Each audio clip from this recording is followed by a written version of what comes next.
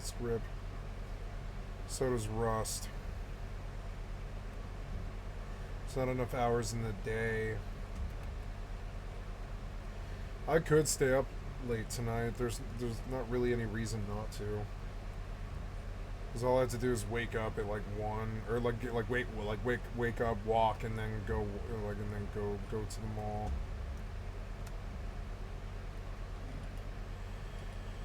Yeah, I guess I just pull my kit. Yeah. Wait, those were were those the right arrows? No, I don't want those. And then let's put it on.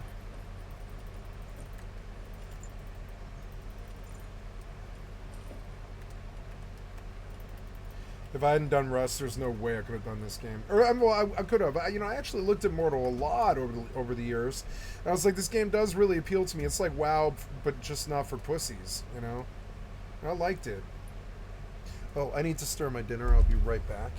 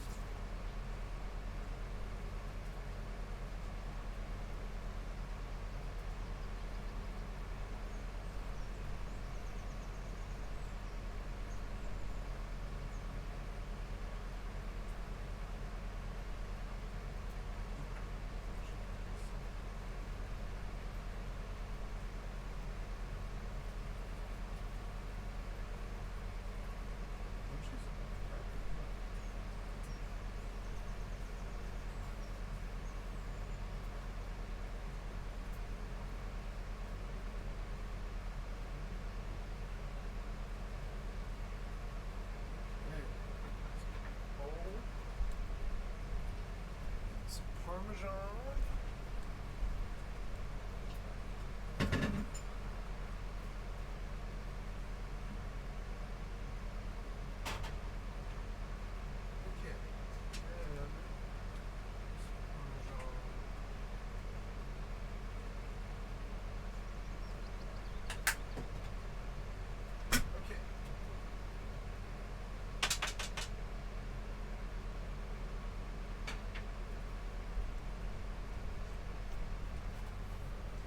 $4 spaghetti carbonara. With goat cheese. Ooh, now I have a kit and I'm sitting in a bad place, so I guess I'll go inside since I'm eating. Ooh. Okay, let's go back.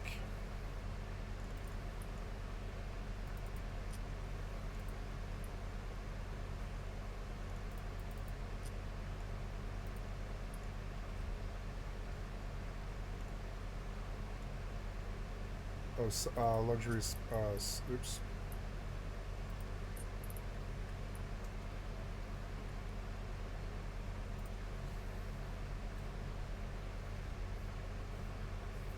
Damn it.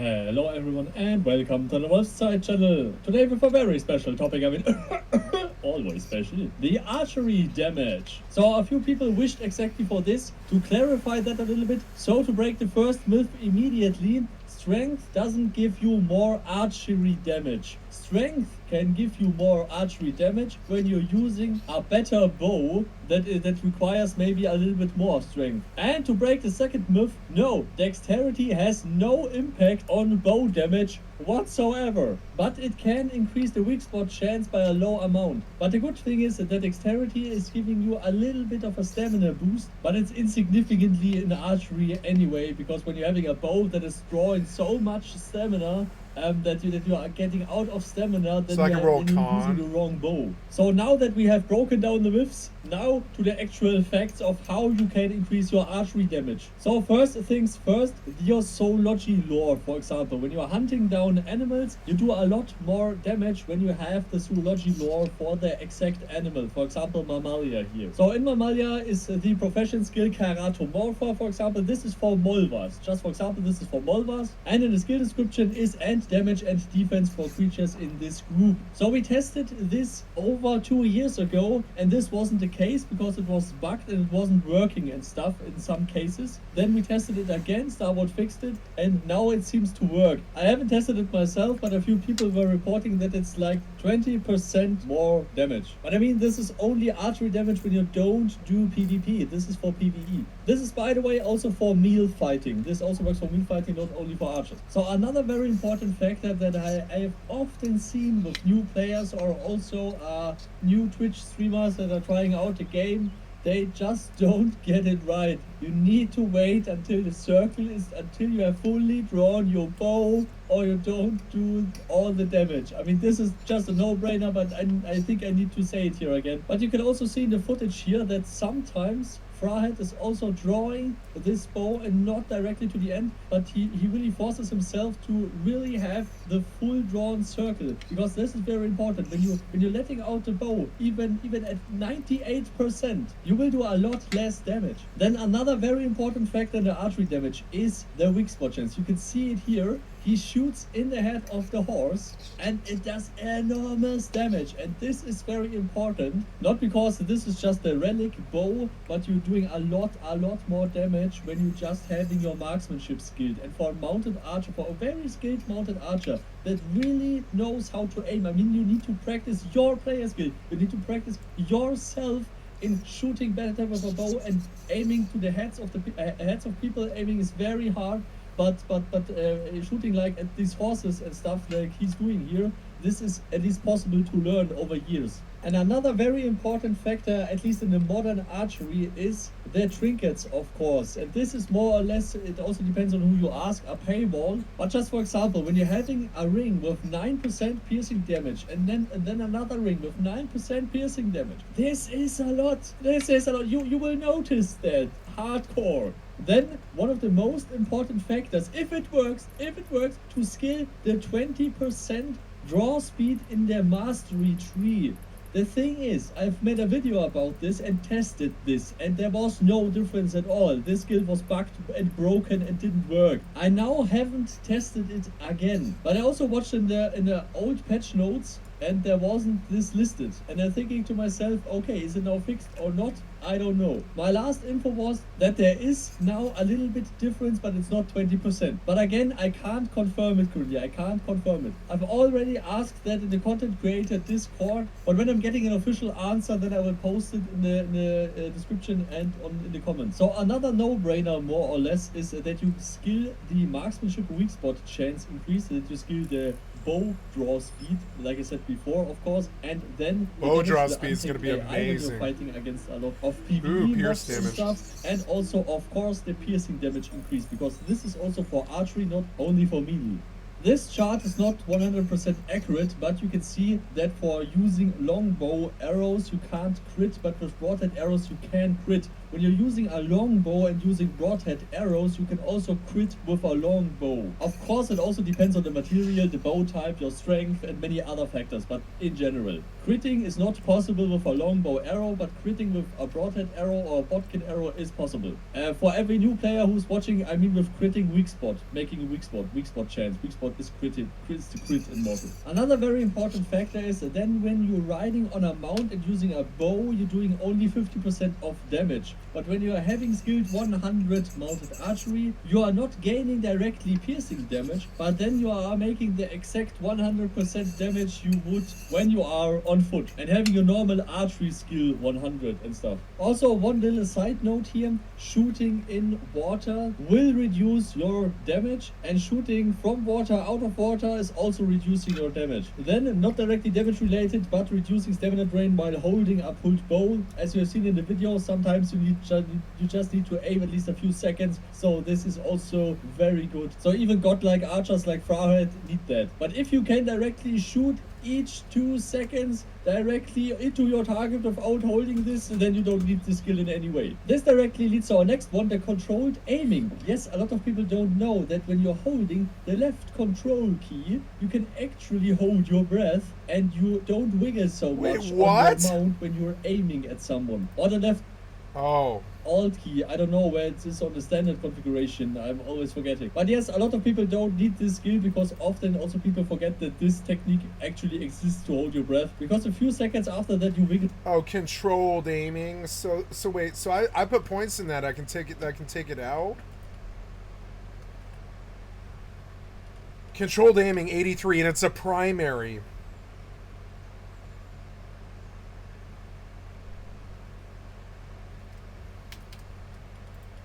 What is whole breath?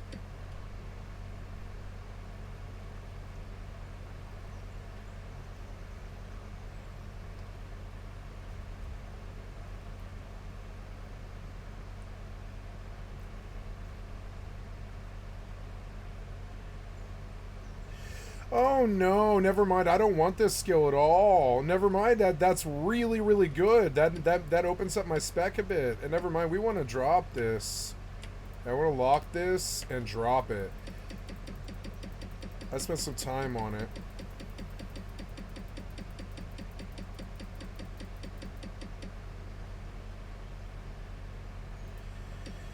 Like, I'm okay with keeping some skills in this, but I want the points back. I'm gonna drop it to like 20. No, I'm gonna drop it all the way down. I don't think I need this skill at all. I can't afford the points. Yeah, we're doing real good. 74 points, right? Aiming technique is good. I want to lock aiming technique at 91. What else? That leaves me 74 points to put in. Maybe I should just retrain like spears again. But no, I don't want to. I think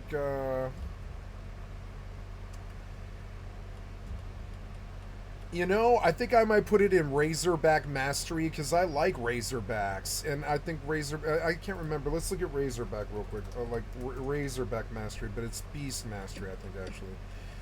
Beast Mastery, right? Swine Influence, which is a secondary. Razorback Mastery is a secondary too, so we can buy that when this book for. I want all the points in passive. Passive regen. Or I don't know, what's passive at right now? Is my book done? No, 360 hours, and this is a secondary, so it'll just go all the way to 100. Passive regen doesn't matter, it doesn't take points. So now I've got a little bit more leeway. I think I go further into the animal side of this BM thing. It's a primary. I have to learn Beast Mastery, and I have to take it to 74.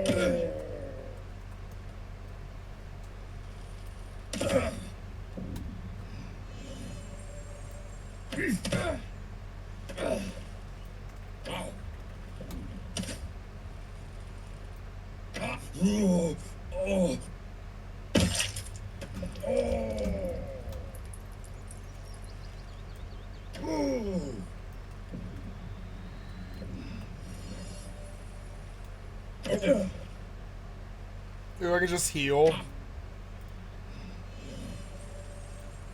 I can just dump the points into heal. Which is so good. Are you running? No, you're not running. You just step, I guess. Nice, I'm doing better.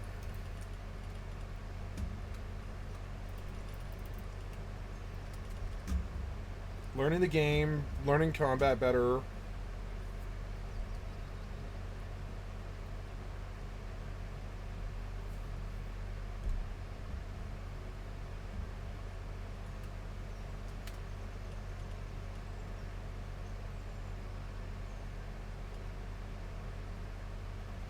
I think I need armor training, because this armor doesn't really cut it. Yeah, my armor weight is not that good. And I think I need armor training is also another thing that... Like, my armor training is locked, and I need this higher. I need heavy armor training, which is a primary. Yeah. And I can't put a whole lot of points into it. I think that's actually what I'm missing. I need way heavier armor so I can just go toe-to-toe with these things. Yeah, and this character gets unlocked, kind of.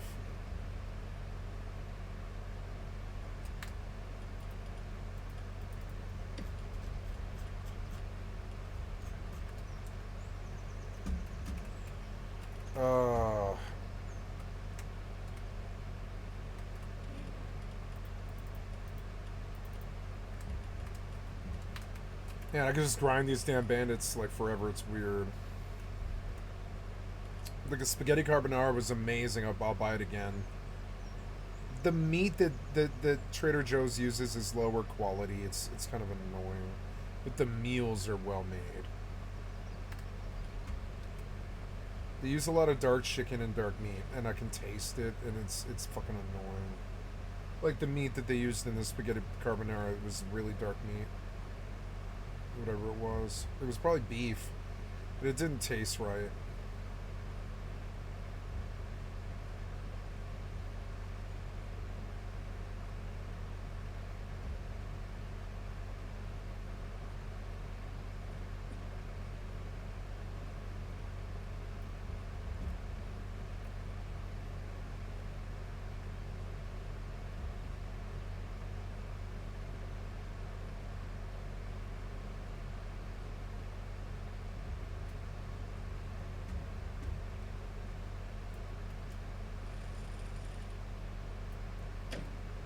Ooh, I hit him.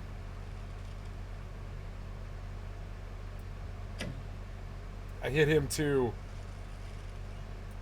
Oh, he stopped. It's fun to wing some arrows at them. Try to kill them while I wait for these things to spawn. Their corpses are worth arrows. Is there, like, New World needs gameplay like this, where you can just, like, open up... Oop, there's somebody on a horse. Look at this guy. Hello.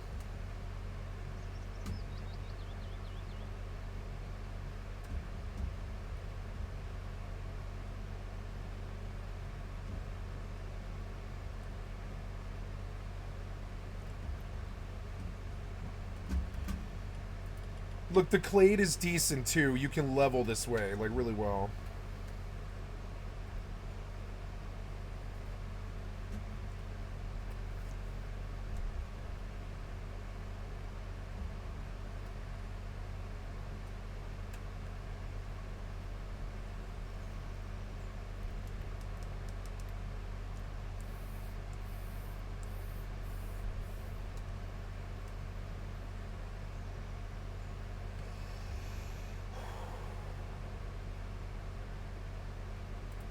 a little bit more. And last but not least,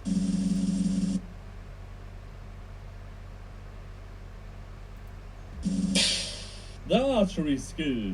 I mean, okay, yeah. I hope you liked this video. Please leave a like and subscribe, would be really awesome, by the way. And please share it with archers or people who want to be archers. And special thanks to all the supporters, of course. Carmel, Lucario, Ronus, Paternax, Colum, Bulldog, and all the others, of course. And make archery damage hard. I mean, make party hard, make party hard. And see you all next time. Goodbye.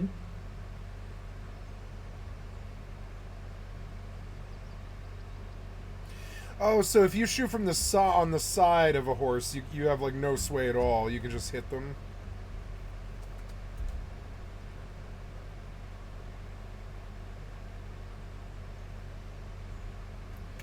Yeah, this was good. But there's nothing public to suggest they have attempted to resolve this issue, which was and is caused by Nestle sourcing the cheapest raw materials they can. This is completely representative of how Nestle has and continues to operate, with callous disregard for human health and life. Water hoarding, fraud, child slavery, and the deaths of 11 million babies in the developing world.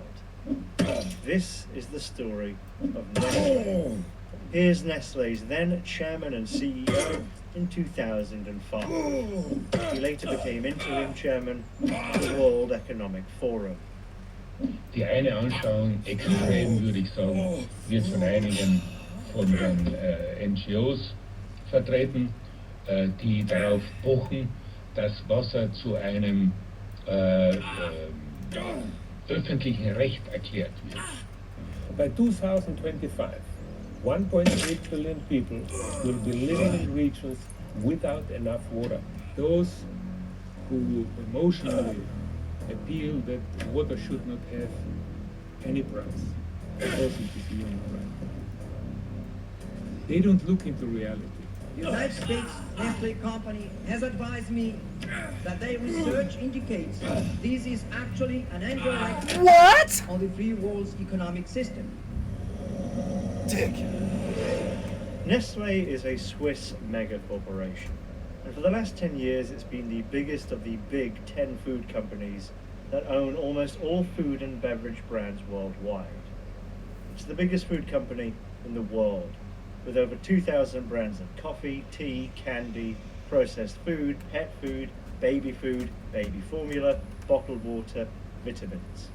It's so ubiquitous, you probably buy their products without even realizing it. You shit. Wait a minute, what do you mean Nescafe is Nestle? Oh my god. Like many corporations of its size, it got that way primarily through decades of mergers and acquisitions. In the 1860s, an American named Charles my Page God, they was have the US so consul many to companies. Switzerland. His brother George was a teacher at an American seminary school founded by their uncle, and briefly worked at the Department of Military Affairs during the American Civil War, before moving to Switzerland as well. In 1866, the two of them started the Anglo-Swiss Condensed Milk Company, with 100,000 Swiss francs in capital from several businessmen. Condensed milk already existed. The company was the first to produce it industrially in Europe under the brand name Milkmaid. Milkmaid. Within 10 years, other condensed milk companies sprung up around Europe, and the Anglo-Swiss company aggressively bought them up to eliminate competition. Around the same time, in 1867, a German pharmacist living in Switzerland named Heinrich Nestle, after many years of mostly unsuccessful business ventures involving fertilizer, liqueur, and sparkling mineral water, finally became successful when he created a breast milk substitute made from powdered cow's milk, sugar, and wheat flour. He wasn't the first to come up with the idea. 2 years earlier, a German chemist named Justus von Liebig patented and marketed a baby formula called Soup for Infants, killing several babies in the development process. But you know, science can't advance without killing babies. But Nestle's version was easier to prepare and became successful. The next year, Nestle shared his method for making powdered milk with his neighbor, chocolatier Daniel Peter, who used it to invent milk chocolate in 1875. I love the new two of heel. them The formed heel a was the partnership best that would thing. become the Nestle Company. Shortly after, Nestle sold the company to 3 Swiss businessmen for 1 million Swiss francs and retired. By 1878, the Nestle Company started selling condensed milk, and the Anglo-Swiss started selling baby formula, putting them in direct competition until 1905, when the companies merged and became the Nestle and Anglo-Swiss Condensed Milk Company. In World War I, demand for condensed milk increased, and the company obtained lucrative government contracts like supplying the British Army. A milk shortage ensued in Switzerland, and the company expanded by purchasing factories in the US and Australia. By the end of the war, they had 40 factories worldwide, double what they had before. But demand retracted and they began expanding into other products. Nescafé instant coffee was introduced in 1938 to make use of a coffee surplus in Brazil, where they owned a factory, and it became a flagship brand. In World War II, demand increased again, and Nestle received a contract to supply the American Army with instant coffee in the emergency rations of every soldier, which the Nescafé and Nestle websites proudly declare to this day. What they don't advertise is that one of its subsidiary companies, Maggi, also supplied Nazi Germany with a contract to supply chocolate to the Wehrmacht. Chocolate produced by thousands of Jewish slave laborers and war prisoners in a factory just across the German border. Chocolate that was used to lure Jewish children into cattle cars to be taken to concentration camps. 2/3 of Maggi's total production during the war went to the Nazis. They even made a special soup for the Wehrmacht. Nestle's defense of this is that they didn't complete their merger with Maggi until 1947, 2 years after the war ended. But I'm not sure we merged with them after they helped the Nazis is the defense they think it is. Ja, wenn es so richtig chinesisch schmecken soll, Maggi fix für China-Pfanne. Mit Bambussprossen und der typischen Würzung. Fehlt nur noch das Fleisch. When the war ended, Nestle again diversified, pushing hard into the processed food and beverage industries. Some of the products they came up with themselves, like Nestea and Nesquik in the 1940s. But a lot of their growth came from acquisition, purchasing hundreds of existing brands over the next several decades, becoming the corporate behemoth they are today. Stouffer's, Carnation, Coffee Mate, Kit Kat, Smarties, Rolo, Buitoni, Hot Pockets, DiGiorno Pizza, Jack's Pizza, Tombstone Pizza, California Pizza Kitchen, Gerber, Perrier, San Pellegrino, on and on and on. Gerber had that companies outside of the food industry, like a minority stake in L'Oreal Cosmetics, the outright purchase of a pharmaceutical and medical device company called Alcon Laboratories, various brands of vitamins and dietary supplements, and pet foods, Alpo, Purina, and Friskies. However, it was in the 1970s that Nestle faced its first big controversy with the Nestle baby formula boycott. The United States Nestle Company has advised me that their research indicates this is actually an indirect attack on the free world's economic system, a worldwide church organization with the stated purpose of undermining the free enterprise system is in the forefront of his activity. Now you can't seriously expect that. Breastfeeding rates in the Western developed world have declined from the late 1800s to the 1950s with the introduction of baby formula, and came to be seen as a lower class thing to do. But rates began to increase in the 1960s due to increased awareness that breastfeeding is unequivocally healthier. God damn it. Associated with lower rates So of annoying. infant He deaths came back and in shot me. lower risk of developing asthma, I should have shot him. diabetes, and I should have obesity executed. in later life, better cognitive development, lower rates of autism and ADHD, and a stronger immune system due to antibodies passed from the mother to the baby. Babies who are exclusively fed formula in the first 2 months of life are 16 times more likely to get sick. Breastfeeding is also better for mothers, reducing the risk of type 2 diabetes, ovarian and breast cancers, and high blood pressure. The American Academy of Pediatrics and the World Health Organization recommend exclusive breastfeeding up to 6 months of age and continued breastfeeding alongside complementary foods until 2 years of age. So, as breastfeeding increased in the Western world in the 60s and 70s, companies that produced formula, like Nestle, turned to the developing world to recoup lost profits, similar to what the tobacco companies did around the same time. Your baby's growing quickly, so it's no wonder that by the time he's 4 months, his calcium needs increase more than 50%. That's why there's Carnation Follow-Up, the formula with the extra calcium active babies need.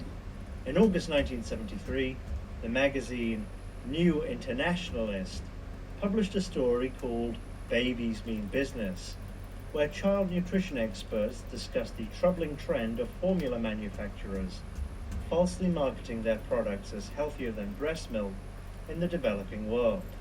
But things really kicked off in 1974, when the anti-poverty charity War on Want published an investigation called The Baby Killer, where Nestle in particular was singled out for its deceptive practices in getting mothers reliant on baby formula in nations like Nigeria, Ethiopia, India, the Philippines, and others. According to the investigation, and others that would follow, Nestle would send sales representatives to homes and hospitals in the developing world dressed up as doctors and nurses, and convince mothers that powdered baby formula was healthier than breast milk. The company would give money, gifts, and even architectural services to hospitals to promote their formula, and gave them free samples for handing out to new mothers in the maternity ward. Once mothers started using the formula instead of breastfeeding, they would stop lactating and would become dependent on it. This practice was highly effective at getting mothers dependent on formula. In Chile, 90% of all children were breastfed in the year 1960, but by 1968 it was down to 10%. Once the free samples ran out, buying the formula became prohibitively expensive. Some mothers began diluting it, desperate to feed their babies that were no longer capable of being breastfed. Many lacked access to clean water and were forced to mix the formula with contaminated water instead. But didn't the formula have instructions saying not to do this? Yes, but they were written in English rather than the native language, and often these mothers were illiterate. If you take a look at the kind of cans that are used in Caracas, and here I have the S26 formula can, you'll see that the directions are in very small print. The kind of print our people never even look at. Because 50% are illiterate, and another 20% will be functionally illiterate. Many also lack refrigeration, so if the baby didn't drink all of the expensive formula, some mothers would sometimes leave it out to use later, increasing the chances of illness in babies whose immune systems were not as strong as they would be had they been breastfed.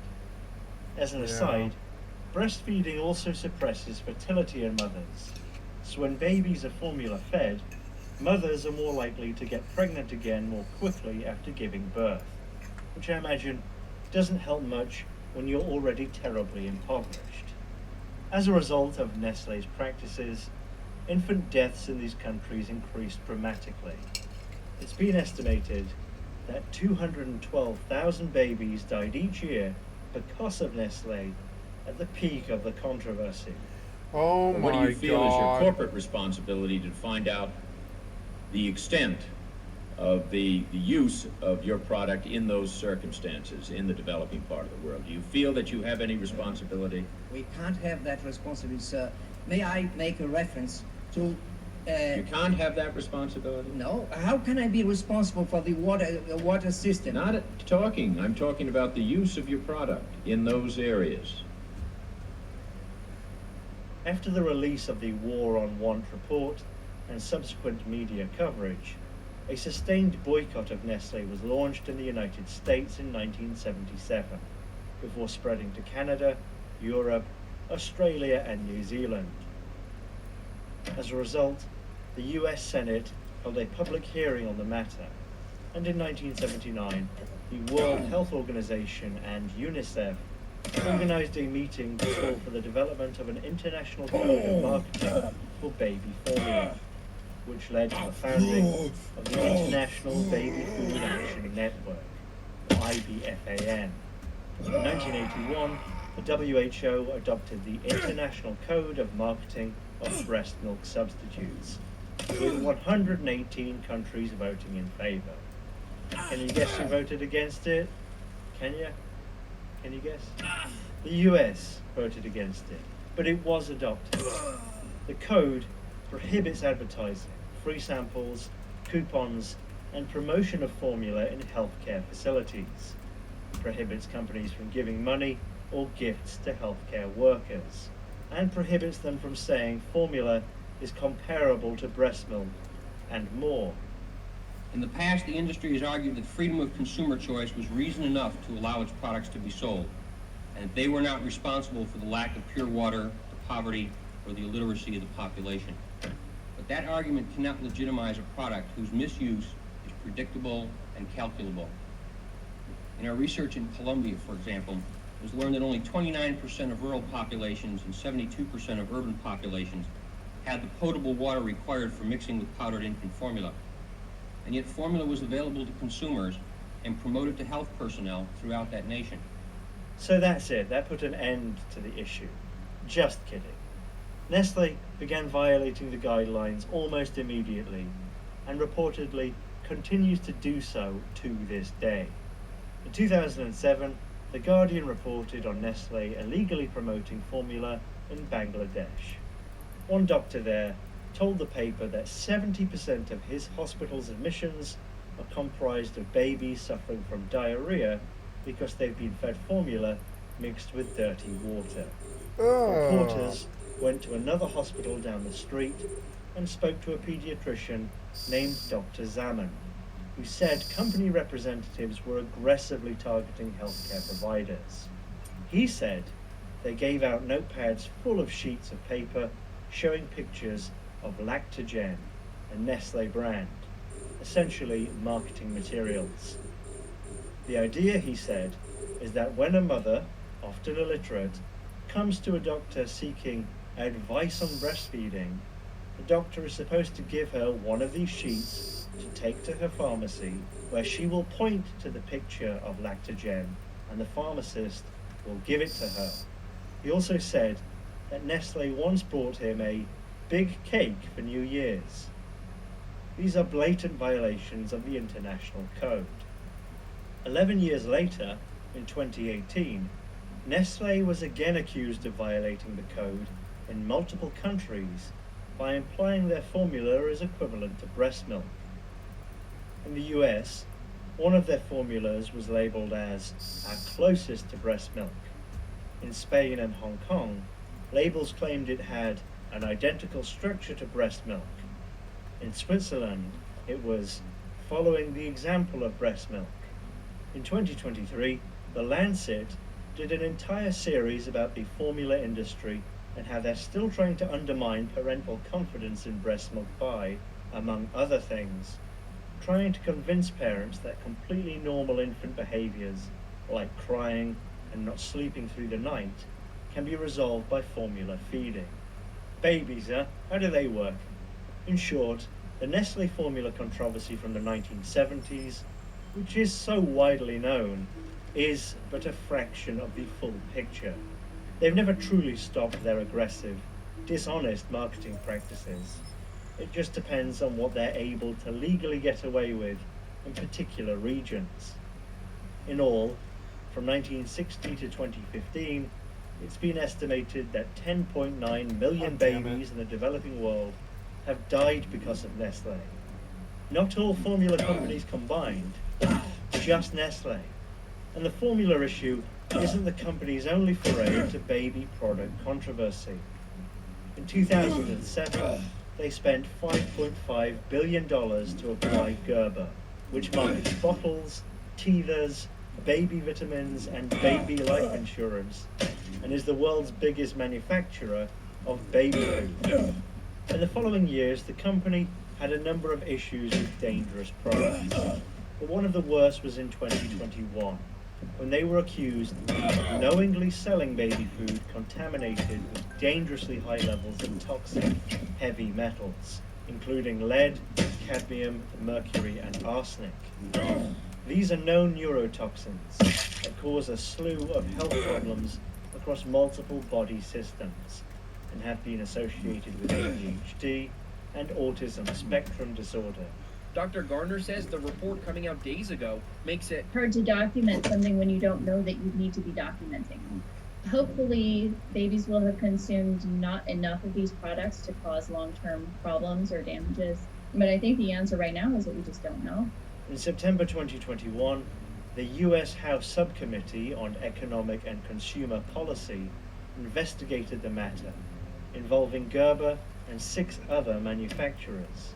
Their report confirmed that multiple products had been contaminated and said that Gerber failed to submit all of the testing information requested by the committee, only submitting This data guy's out to destroy regarding Gerber. arsenic, It's insane. and only for 4 of their many products. One of these products, Gerber's probiotic rice banana apple cereal, contained 4 times the safe limit of arsenic. If that's the only information they were willing to share, I have to wonder what they held back. The report noted that Gerber rarely tests for these substances, and they only test ingredients, not the final products, and use faulty testing methods. What's more, the report found that Gerber was aware of their products being contaminated, but did not institute a recall. It was also found that Gerber, owned by Nestle, could have avoided the contamination by sourcing better ingredients, but chose not to for the sake of greater profits. The details of how much they knew came out later. As I said at the beginning, it turns out independent food safety advocates tested these products back in 2016, discovered the contamination, and warned Gerber about it, and were ignored. So babies were eating these toxic substances for 5 years before the congressional investigation brought it to light. The extent of the damage caused is still not realized. There's an ongoing series of class action lawsuits against the company from parents around the US who say that their babies incurred neurological damage and permanent health effects as a result of eating Nestle's Gerber baby food. Whether anything will come of these lawsuits is difficult to say. The standard defense for a company like Nestle tends to be along the lines of, well, you can't definitively prove that your baby eating our toxic products is the cause of their condition. I mean, loads of food contains lead and cadmium and mercury, could be anything. It should be noted that Nestle isn't the only company selling contaminated baby food. They're just the biggest. In 2020, the non-profit group Healthy Babies, Bright Future performed a study on 168 baby foods and found that 95% were contaminated by heavy metals. We got the lead out of the gasoline just to feed it to our babies. As Socrates once said, what the fuck are we doing, people? It's also worth mentioning briefly how hard Nestle has worked to undermine public messaging on junk food, which is the majority of their products. For decades, they've been blaming consumers for eating junk food, while also trying to convince us that it isn't junk food. In 2021, an internal company presentation meant for its top executives was leaked to the press. In the presentation, Nestle admitted that 70% of its food products and 96% of its beverage products aren't healthy and never will be healthy, no matter how much they renovate. Needless to say, they've spent plenty of time and money looking out for their junk food interests. In the US, they spend between $1 and $5 million per year on lobbying that we know about, in addition to local and federal campaign contributions. And they're prolific in the revolving door of government, the practice of hiring former regulators or congressional staff members as lobbyists, ensuring they'll be friendly to their company because there might be a high-paying job waiting for them when they leave government. In particular, Nestle has lobbied bills relating to nutrition assistance programs like WIC and SNAP, baby food and formula safety, and food labeling. None of that is surprising, of course. What's more surprising is how much they've invested in their Nestle Health Science division. I would argue selling remedies to problems often caused by the very foods they sell, and what I like to call vertical integration of shit. Do you not get enough vitamins, and is your gut microbiome destroyed due to a lifetime of eating Hot Pockets with a strawberry Nesquik? Buy Nestle supplements and medical food products. Nature's Bounty, Garden of Life, Solgar, Boost, Pure Encapsulations, Puritan's Pride, Resource, Nutrin, Nutrin Junior, Nutrin Senior, Meritine, Complete, Need to Lose Weight, Metabolic Disorder, Gastrointestinal Disorder, Not Enough Fiber, Joint Problems, Diabetes, Tube Feeding. Nestle Health Sciences has got you covered and may be reimbursable by Medicare or Medicaid. They've also had quite a lot of recalls over the years. Metal shavings in Nescafe in 2001, E. coli in Toll House cookie dough in 2009, horse meat in Buitoni pasta in 2013, beef from diseased cows in Hot Pockets in 2014, lead in Maggi noodles in 2015, live insect larvae in Cerelac baby formula in 2015, bits of glass in Scoopers, DiGiorno, and Lean Cuisine in 2016, bits of plastic in Lean Cuisine in 2020, ethylene oxide, a carcinogen, in 46 varieties of ice cream in 2021, glass and plastic in Hot Pockets in 2021, E. coli in Buitoni pizza in 2022, which killed 2 children, plastic in Toll House cookie dough in 2022, wood chips in Toll House cookie dough in 2023, Chronobacter bacteria in baby formula in 2023, 2 million bottles of Perrier contaminated with fecal bacteria in 2024. These are just a few of the most notable instances. They're also feeding your pets and investing in veterinary clinics. They've owned Friskies since 1985, Purina since 2001, and several other brands of pet products. Plenty of recalls there as well. Salmonella, bits of plastic, mislabeling. More concerning to me is buying up veterinary clinics to price gouge pet owners. In 2019, Nestle bought a minority stake in the private veterinary company IVC Evidencia, which operates 2,500 clinics and emergency centres across 20 countries, and is the biggest provider of veterinary care in the UK. The company purchases independent vet clinics and doesn't change the name or branding, so customers don't realise they're owned by IVC. Nestle increased their stake in 2021 to an undisclosed amount, though the primary shareholders remain private equity groups. In the last few years, reports have surfaced that vets in IVC clinics have been pressured to increase revenue at any cost, pushing up prices and encouraging pet owners to buy unnecessary procedures.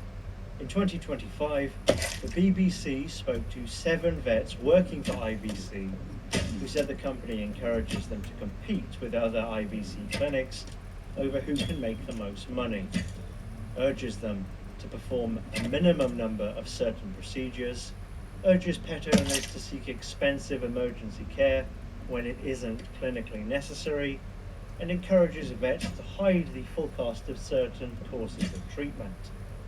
UK regulators have said that independent practices have been swallowed up by just 6 large corporate groups, and IVC is the biggest.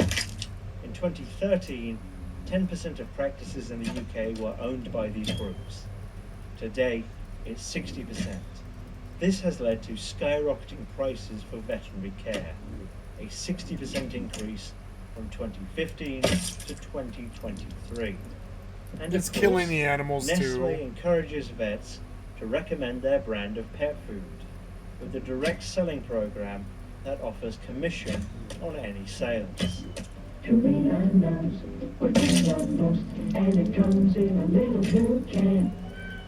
Building vet clinic monopolies to allow for price gouging, no big deal, I guess. What about child slavery and chocolate production? This isn't a problem exclusive Oh look, you can to snapshot while rather moving. The entire chocolate industry, including the biggest producers, Nestle, Mars, and Hershey. This has been an issue for a long time, but there was increased public awareness around the year 2000 after the airing of the BBC documentary Slavery, A Global Investigation, and subsequent media reports. This led to the creation of the Harkin-Engel Protocol in 2001, an international agreement to end child slavery and trafficking in the chocolate industry. Nestle was one of several producers that promised to get rid of the worst forms of child slavery in their supply chains. This was a non-binding, voluntary measure which would allow the industry to essentially self-regulate without any legal ramifications for non-compliance. They promised that by 2005, they would implement a certification standard showing that their products were made without child labor. The deadline passed, no such certification was implemented, and they were given an extension. At that point, the International Labour Rights Fund filed a lawsuit against Nestle and 2 other food conglomerates on behalf of 3 million children who had been trafficked to a cocoa plantation in Ivory Coast. Trafficked? In 2010, the case was dismissed, with the court determining that Oh, the corporations corpos. could not be held liable because these events took place outside of the US. Each time the new deadline arrives, when Nestle has promised to eradicate child slavery, they get another extension. And so, what has been called an epidemic of child slavery continues to this day. To summarize this case and other reports, what happens is that children as young as 5 years old are trafficked from various African nations, which produces about 2/3 of all cocoa worldwide, supplying Nestle and other producers. Often they arrive by bus, with no idea where they are and no travel documents. Sometimes they are promised paid work, sometimes they are tricked into thinking they're going somewhere else. When they arrive, they are held captive by armed guards and forced to work for free, up to 14 hours per day. Oh, you have They to are stop beaten moving or you can't and fire walked it, and by I didn't know guards, that. kept in windowless rooms at night, receive very little food, and are not allowed to speak to each other. Oh, but you can't. Oh, so you can't Children who try to use it while you're escape moving. have their feet cut open. They are slaves. The Washington Post did a story in 2019 where a reporter visited one of these farms, describing young boys with deadpan, almost vacant expressions. The reporter asked one child how old he was. He said 19, glanced nervously Hey, at a kitty. nearby guard watching him, I was then so bent to worried the about ground you. and wrote 15 in the dirt. Eventually, he confided to the reporter that he'd been working on the farm since he was 10 years old, and that he thought he was going to a school, but was taken to the plantation instead. In 2021, there was another lawsuit, this time a class action on behalf of 8 child slaves against Nestle, Mars, Hershey, and several other companies. Hey, what's They had been tricked into coming to the farms in Ivory Coast and were held captive, working for free for several years. The youngest was 11 when he was trafficked. The case made it to the Supreme Court, who ruled 8-1 that once again the companies could not be held liable because these abuses happened outside of the United States. And so it continues. Nestle's argument has always been that they can't control what happens on these farms. The truth is, as one of the biggest chocolate producers in the world, they could easily put an end to this by refusing to buy from these places. This is what happens when industry is allowed to regulate itself and is unchecked by the consumer. Needless to say, Nestle has its grubby fingers in quite a few terrible pies, but probably its most long-lasting, enduring and widespread controversies are those surrounding its bottled water business. But first, here's an ad for some garbage. Hey Bart, wanna trade lunches? No way, dude. I got each of the 4 food groups. Sandwich group, cow group, jungle group, butterfinger group. The company took its first big step into the water market in 1969, when it acquired a 30% stake in Vittel mineral water, but things really kicked off in 1992 with the founding of Nestle Waters HQ. Over the next decade, they assembled a bottled water empire with over 80 brands worldwide: Perrier, San Pellegrino, Poland Spring, Arrowhead, Aquapanna, Ice Mountain, Deer Park, and Nestle Pure Life, quickly joining Coca-Cola and Danone in dominating the bottled water market. According to the most recent estimate that I can find from 2021, Nestle withdraws nearly 26 billion gallons of water per year. And beginning in the early 2000s and continuing today, they faced a litany of criticism over their water extraction businesses, namely hoarding freshwater supplies in the name of profit. If you aren't aware, there is a current and further looming crisis in the availability of fresh water. In 2020, Wall Street investors began trading water futures as a commodity for the first time, anticipating that climate change, drought, pollution, and pumping water faster than it replenishes is going to make potable water the oil of the 21st century. But more on that on the next video of this series. Nestle is no exception in seeing this crisis on the horizon and looking to profit from it. A lot of the scrutiny that began in the year 2000 at the World Water Forum, when the then chairman and CEO of Nestle, Peter Brabeck-Letmathe, famously said that access to water should not be a human right. And Nestle, alongside other corporations seeking to privatize water, successfully persuaded the WWF to downgrade water access from a human right to a human need. In 2005, Brabeck-Letmathe repeated this sentiment in the documentary We Feed the World, saying that it's extreme for water to be considered a human right, and that it should be seen as a foodstuff like any other, with a market value attached. Das heißt, als Mensch sollten Sie einfach Recht haben, Wasser zu haben. Das ist die eine Extremlösung. Ich persönlich glaube, es ist besser, man gibt einem Lebensmittel einen Wert, sodass wir alle bewusst sind, dass das etwas kostet. Und dann anschließend versucht, dass man mehr spezifisch für diesen Teil der Bevölkerung, I was so worried about you, kitty. You disappeared for like 5 hours. What happened to you? Are you okay? Come home sooner, kitty. After some uproar on social media, he walked back. You can be out as much as you want, but saying like, that come the home clip sooner, was taken out of please. context, and that he does actually see water as a human right, just not water to wash your car with. The water to flush your toilet with, that's a human right, even though his company helped convince the WWF that it isn't. But this was just the beginning. Hey, kitty. Let's go through some examples of Nestlé's inexcusable I love actions you. I across love their you. many brands of bottled water. Just a few of them. If I were to do all of them, this would be a 10-hour video. I Poland love Spring.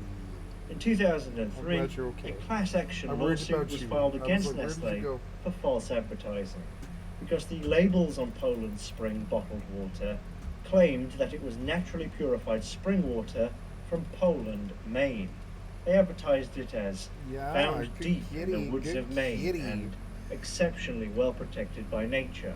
We actually provided shower stalls for them, and they were to put on their white linen uniforms and clean shoes. Their shoes could not be worn outside the building either. In fact, the spring in Poland, Maine had run dry in 1967.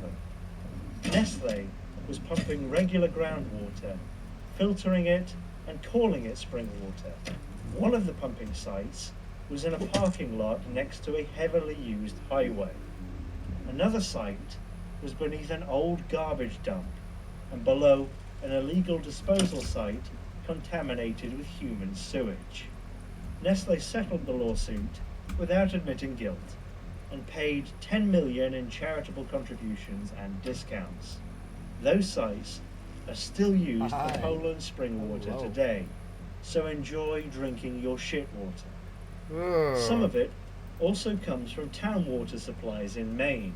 In the early 2000s, in the So they small town of re-sewer Freiburg, water? Oh my Nestlé God. was buying 110 million gallons of the town's water each year. and shipping it 110 to their million bottling gallons? plants. Water falls from the earth, or falls to the earth by precipitation, infiltrates the earth, and then discharges to surface water. It's continually moving. So in that respect, it doesn't stay in one place. And so the concept of ownership really doesn't apply. Local residents noticed the water table dropping and their wells running dry. In 2004, the town itself ran out of water because of a pump failure. Nestlé, using a different pump exclusive to them, were able to keep water extracting while townspeople had water brought in on trucks. Residents protested, seeking a provision to ban the town from selling their water to Nestlé. They lost, and Nestlé got approval for a new 25-year contract to lease a pumping station for its own exclusive use and the right to pump 219 million gallons per year. The protesters insist they should have some say about how much Poland Spring is allowed to pump and where. You can't just have a meeting with 20 people here. When most of them were not allowed into a water board meeting in Kennebunk, they said it was typical of how such deals are made without enough public input. The few who were let in argued against a 30-year deal the board was going to make with Poland Spring, which is owned by Nestle Waters, a large multinational corporation. You live here and you're responsible to us, not to this corporation, and you cannot violate the public trust. In 2017, there was another class action over Poland Spring being fraudulently advertised as spring water, with the plaintiff's lawyers saying that out of the billion gallons of Poland Spring that Nestlé sells each year, not a single drop comes from natural springs. Again, it's just groundwater that's being sold as spring water because people will pay more for it. The lawyers call it a colossal fraud perpetrated against American consumers and allege that Nestlé built 6 phony, man-made springs to comply with the law, while actually selling water that came from those garbage dump and sewage sites, in addition to pond water. The lawsuit was initially dismissed for technical reasons, but was amended and refiled, and is currently ongoing. Well, what is it? Poland water. Right from the spring. Real water. You can read right here in the bottle. Poland Spring, Maine. Picture right up. Arrowhead. In 2015, the Desert Sun newspaper published an investigation which found that Nestlé had been illegally pumping 45 million gallons of water per year from Strawberry Creek in the San Bernardino National Forest. Strawberry Creek is a tributary of the Santa Ana River, which provides drinking water to 750,000 people. They were pumping this water for free on federal lands using a permit that expired in 1988 for their Arrowhead brand of bottled water. Oh my God. And the expired permit only allowed for pumping 2.5 million gallons per year. They did this for decades, during multiple droughts when Californian residents were told to conserve water. A Nestle resource manager named Larry Lawrence was quoted as saying, "The argument that there should be some flowing stream bed in Upper Strawberry Creek, we don't necessarily believe that, and that's something we're testing for." The Forest Service didn't know about this until the Desert Sun investigation, at which point they looked into Nestle's activities and determined their extraction operation was drying up surface water and leaving some parts of the creek completely dry. The state of California told the company to immediately cease any unauthorized diversion. But 1 year later, the Forest Service gave Nestle a new 5-year contract to keep pumping. Hey, kitty. All they had to do was pay a permit fee of $1,950 per year, and they could continue pumping the water on public land maintained by taxpayers. Why they got this new deal is a bit of a mystery. The State Water Board intervened in 2021, issuing a cease and desist, and the matter is ongoing in the courts. One problem. We can't get it over here. Arrowhead sparkling bottom spring water. Nestle only pays $200 to the state of Michigan for the extraction of more than 130 million gallons of water every year. There are about 50 water bottling plants located across Michigan. Nestle says it wants to nearly double the amount of water it already draws daily from its existing source. In 2001, Nestle planned to build a new Ice Mountain pumping facility in Mecosta County, Michigan, to feed its nearby bottling plant, which already pumped 400 gallons of water per minute, 500,000 gallons of water per day, from a local spring feeding into Lake Michigan. Locals were against it and protested outside the facility. Some were hit with SLAP lawsuits, strategic lawsuits against public participation, which are designed to stop citizens from generating negative publicity by exercising their First Amendment rights. MCWC was still waiting to hear the opinion when the letters from Nestle were sent to members of MCWC, young people that had expressed their opinion in the press. My greatest defense was just being as public as I could. Received a letter that I, Chris Swear, am accused of slanderous or defamatory remarks. These lawsuits are virtually impossible for the company to win, but that's not their purpose. The purpose is to intimidate citizens by entangling them in extensive legal proceedings so they run out of money and give up. These people weren't activists, they were just regular citizens who didn't want their water resources taken by Nestle. The citizens enlisted the help of a local environmental group, Michigan Citizens for Water Conservation, and filed a lawsuit for damage to local lakes, streams, and wetlands. In the end, they had to settle, with a deal allowing Nestle to pump 313,000 gallons of water every day. We had seen what Nestle was proposing to do and decided that we needed to take Nestle to court.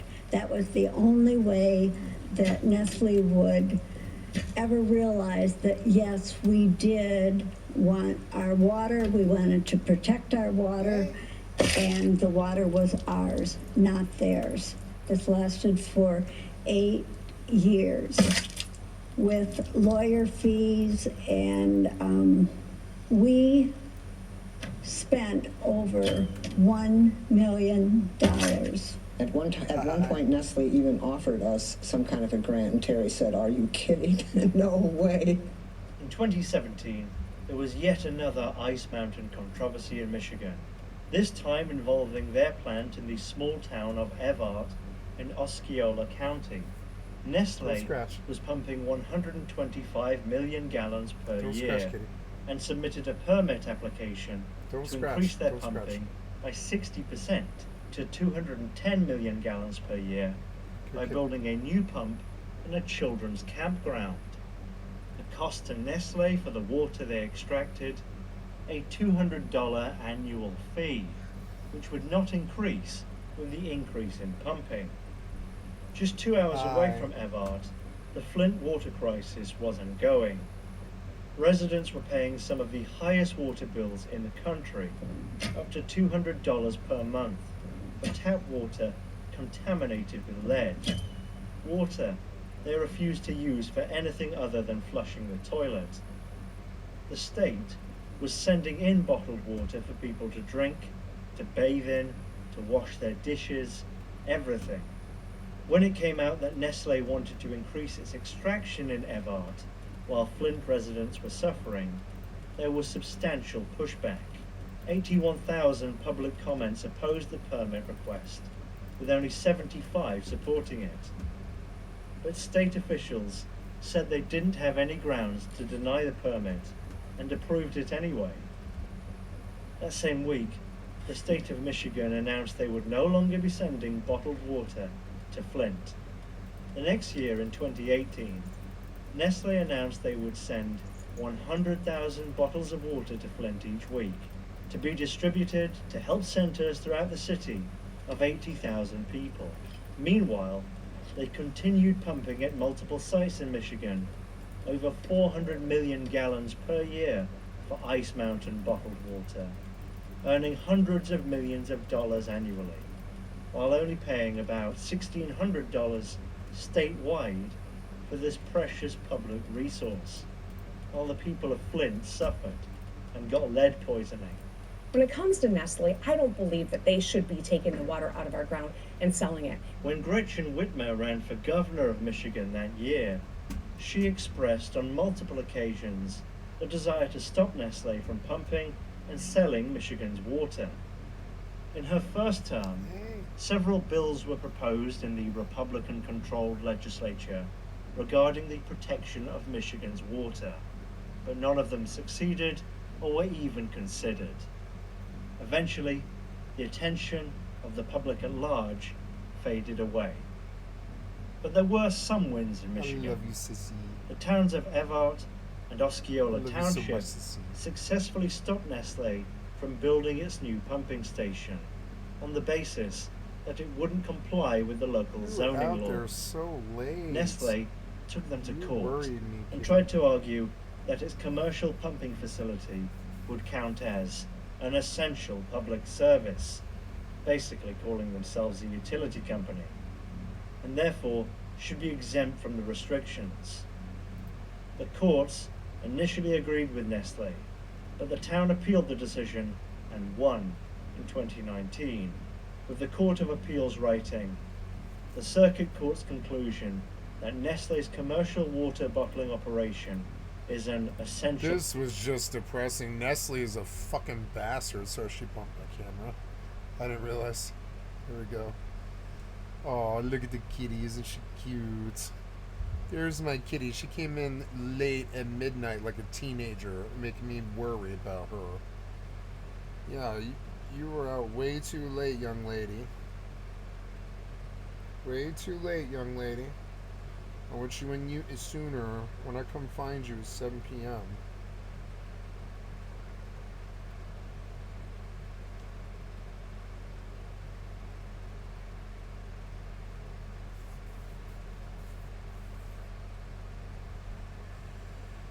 Okay, so... Oh, I thought I would show you my cat. So, you have been watching Skycatlive. The cat's the real star. The cats let us live here. That's why my name's Skycat. Because, you know, I channel the cats. I like the cats. And I click on the cat's face to donate. Come to the Twitch or the YouTube. Come to my website, which is skycat.live. Give me a like, sub, or a follow on my Twitch. Give me a like, sub, or follow. Thank you so much. Thank you, Mango and Glorbus and all the people, Sod Enjoyer, who have given me a sub. And And thank you so much for your time, guys. I will be back later. I'm just playing different games and having a lot of fun. Thank you so much for your time. I will be back here tomorrow, probably around 10 until 1 or something like that. Play for about 3 hours maybe. I'm not really sure.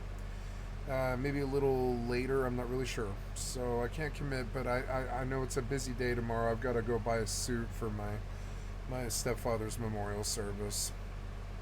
So thank you so much for your time. It was good to see you guys. I love you. Thank you for hanging out. And just a reminder, I have thousands of videos on my YouTube channel, and you should come check them out. I publish every single session, the good, the bad, everything.